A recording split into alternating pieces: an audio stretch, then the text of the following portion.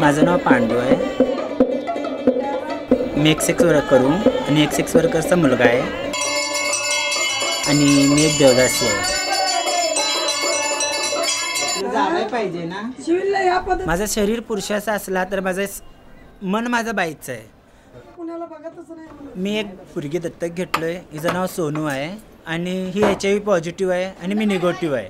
मग माझी पोरगीला एक दिवस काय तर येईल विचार माझ्या पोरगी संग, तुमचा दादा साडी का नेसतोय, आणि एक तिची मित्र लोक, तिची मैत्रिणी लोक कोणतरी विचारली की तुमचा दादा रस्त्यावर साडी का नेसतोय, एक 2-2 रुपये गोळा का करतोय, ती विचारली. त्याचं उत्तर माझ्यापाशी अजून तर आलं नाही. अजून मी समाजाला काय उत्तर दिलो नाही तर माझ्या पोरगीला मी उत्तर देऊ शकत नाही. समाजमध्ये आम्हाला हर एक नावानं पुकारतात. हिजडा, जोगता आणि MSM. आणि परत गुंड तर काय आमच्या संग जबरदस्तीनं आमच्याबरोबर सेक्स करतात, आम्हाला मारहाण करतात. आणि तसंच पोलीसवाल्यांचं पण आम्हालाही आहे. आमच्याकडनं पैसे वगैरे घेतात आणि 2 दिवस आम्हाला आठवून आम्हाला मारून वगैरे आम्हाला हाकलून देतात. एकदा मला गुप्तरोगाचा त्रास झाला. मी सिव्हिलला गेलते. डॉक्टरांच्याकडे गेले.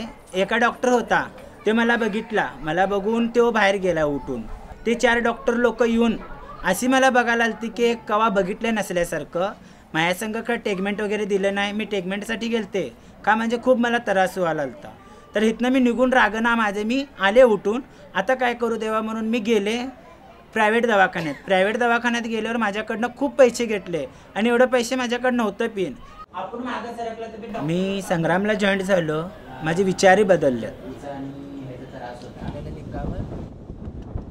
आता मला संग्राममध्ये जॉईंट झाल्यापासून मला इज्जत एवढी मिळाली की कुठं मिळाली नसती.